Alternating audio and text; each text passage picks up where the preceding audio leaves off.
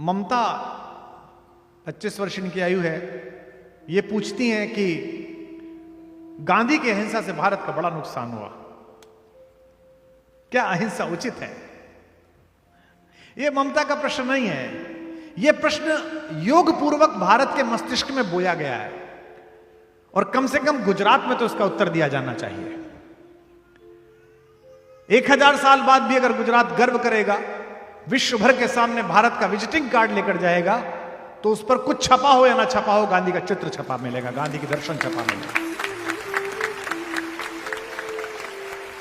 युगीन परिस्थितियों में गांधी को समझिए।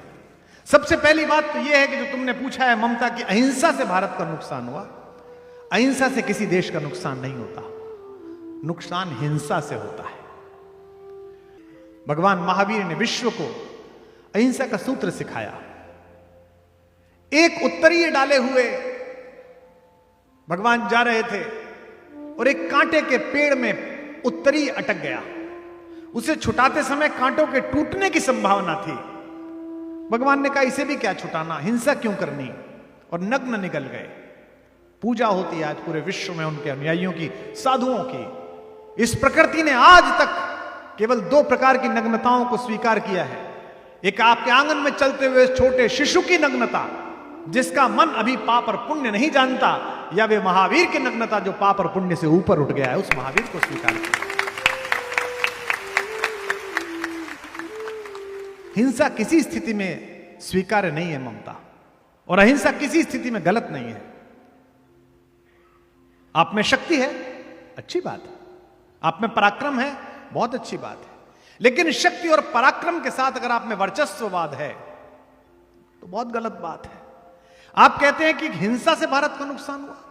जो लड़ने के लिए आए थे उनसे हम लड़े थे ना, अहिंसक तो नहीं थे हम। इसी सोमनाथ में आया था ना बहुत प्यारा, तो हमने अहिंसा के कारण नहीं, हमने अपनी दुर्बल नीति, परस्पर फूट, एक दूसरे से विद्वेष और एकता की कमी के कारण भारत का नुकसान किया।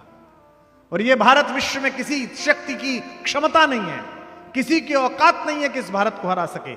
इसका अगर बाल बाका हुआ तो आपसी फूट के कारण होगा, वैमनस्य के कारण होगा, जातियों के कारण होगा, वर्गों के कारण होगा। शक्ति तो राम के पास भी है और शक्ति रावण के पास भी है।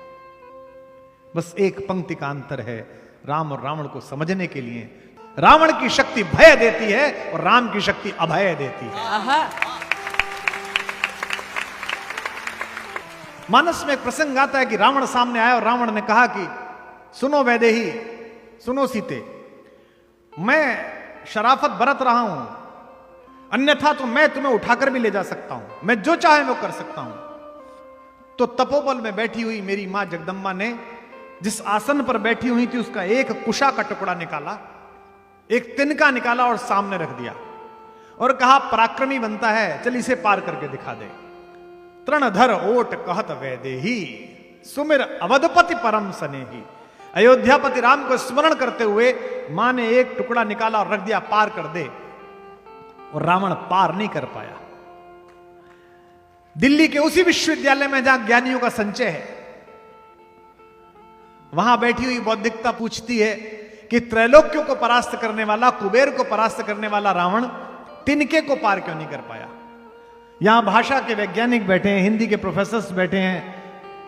तिनके को भूमिज कहा जाता है, भूमि से पैदा हुआ, और माता जानकी को भूमिजा कहा जाता है, भूमि से पैदा हुई। इस संबंध के कारण वह तिनका और माता एक दूसरे के भाई बहन हैं। और ये बेटियां जानती हैं कि ये पति के साथ भी इतना सुरक्षित अनुभव नहीं करती जितना अपने भाई के साथ सुरक्षित अनुभव करती हैं। तो सीता मैया कहती हैं कि अभी मेरा वो अवधपति आएगा तब की तो छोड़ ही दे तू, तब की तो तब देखेंगे जब वो अवधपति आएगा। अभी अगर क्षमता है तो इसी को पार करके दिखा। किसी आतंकवादी के हाथ में अगर हथियार है तो भय का कारण है, लेकिन सैनिक के हाथ में हथियार है तो अभय का कारण है। तो हिंसा बुरी है कि अहिंसा बुरी है, इसका निर्णय ममता तुम बापू का नाम लेके नहीं कर सकती।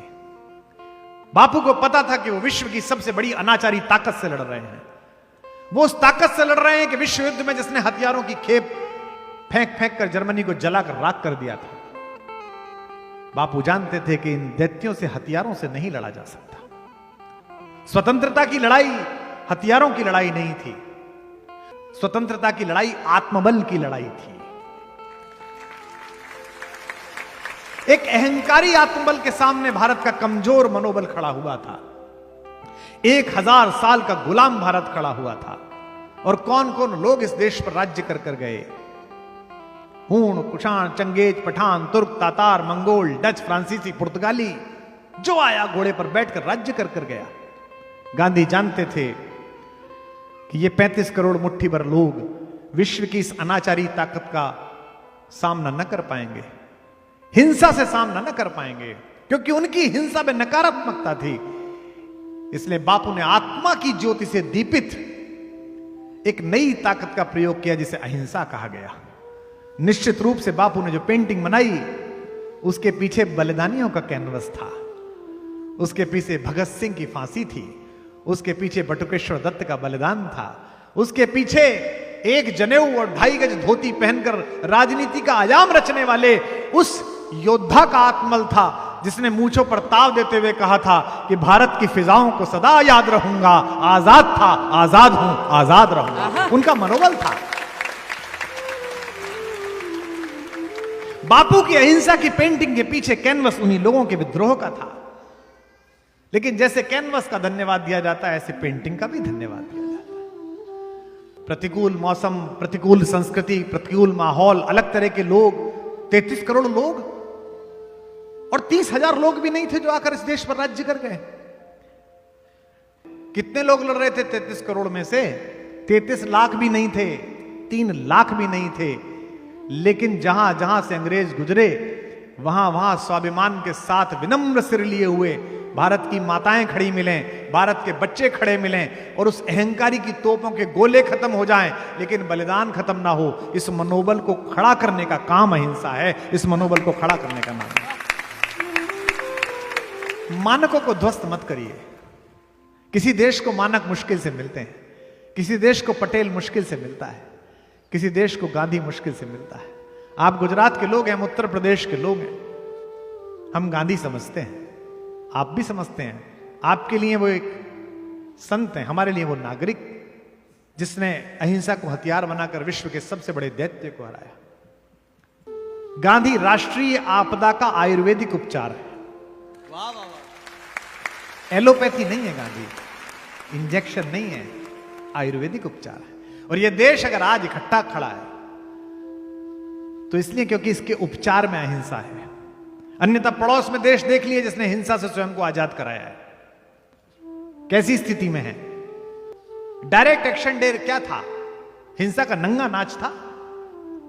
हिंसा अझेल हो गई थी, पुराने लोग बैठे उन्हें याद होगा।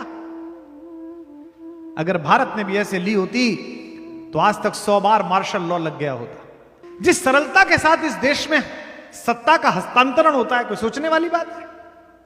कल तक यह पार्टी जीतती रहती है, पूरे प्रकर्ष पर चलती है, चुनाव होता है, रातों रात एक पार्टी बहुमत में आ जाती है, दूसरी पार्टी के लोग निरीह भाव के साथ सत्ता छोड़कर खड़े हो जाते हैं। किसी का साहस नहीं है कि लोकतंत्र की दीप शिखा का अपहरण कर ले। 1932 में पहली बार हरिजन के संपादकीय में बापू ने इसी साबरमती में जहां मैं बैठा हूं, इसी के किनारे बैठकर एक अग्रलेख लिखा था। उसमें पहली बार राम राज्य शब्द लिखा। कांग्रेस में जिक्र हुआ इस बात का कि बापू ने राम राज्य क्यों लिख दिया। बापू ने कहा छोड़ो राम राज्य, छोड़ो धर्म राज्य मान लो। जिनकी वैचारिकी के पितामह ने राम राज्य लिखा हो, जिनकी वैचारिकी के सबसे बड़े बाबा ने धर्म राज्य लिखा हो, अगर वो संविधान में धर्म निरपेक्षता की बात करते हैं तो वो राष्ट्र का भी अपमान कर रहे हैं और बापू का भी अपमान कर रहे हैं। राष्ट्र धर्म से विमुख हो ही नहीं सकता, मनुष्य धर्म से विमुख हो ही नहीं सकता। अहिंसा विचार नहीं है, अहिंसा शक्ति है।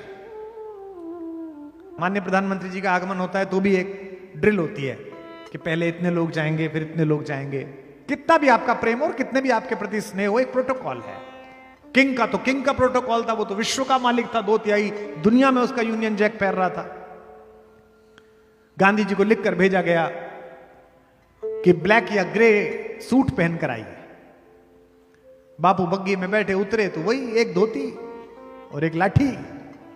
तो किंग का एडीसी अंदर भागा भागा गया। उसने किंग से कहा कि वो नंगा आया है।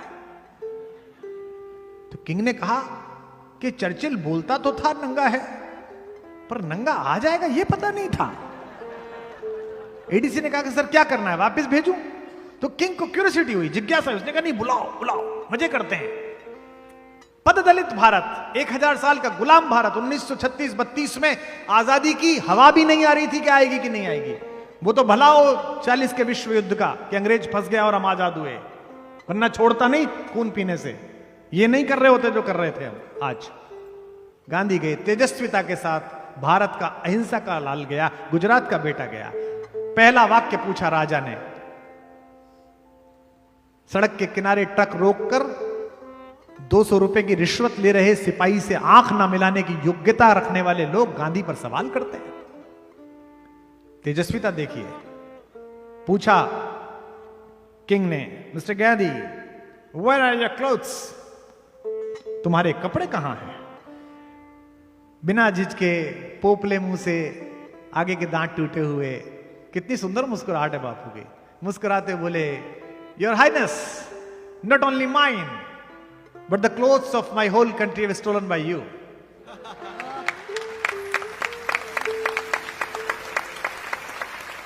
तुम्हारे एकता की कमी के कारण, तुम्हारे एक दूसरे पर भरोसा न करने के कारण 30,000 आदमी सोमनाथ में था, 3,000 लफंगे लेके आया था। वो ईश्वर के भरोसे खड़े हुए थे। धर्मो रक्षति रक्षिता, धर्म उसकी रक्षा करता है जो उसकी रक्षा करता है। 10-10 आदमी भी एक को मारते तो बचा लिए जाते। हिंसा और अहिंसा की परिभाषा अगर सीखनी है तो डॉक्टर को देखिए। हिंसा तो डॉक्टर भी करता है। यहां बैठे हैं डॉक्टर्स, अपेंडिक्स के टाइम में चीरता है, अब आप कहने लगी तो हिंसा कर रहा है। मनुष्य के भीतर पशुत्व भी है और मनुष्य के भीतर देवत्व भी है। मनुष्य एक ऐसे पुल पर खड़ा हुआ है जो जानवर से चल के आधे रास्ते पर पहुंचा है और उसे देवत्व की तरफ जाना है। कई बार वो पीछे लौट जाता है, कई बार वो आगे चला जाता है। यह आपको तय करना है कि आपको क्या बनना है। इसलिए बड़े स्नेह के साथ, बड़े आशीर्वाद के साथ मैं इस बिटिया से कहना चाहता हूं, आज के बाद चर्चा करते समय कहीं भी ये ना कहना कि भारत अहिंसा के कारण हारा। भारत की शक्ति ही अहिंसा है।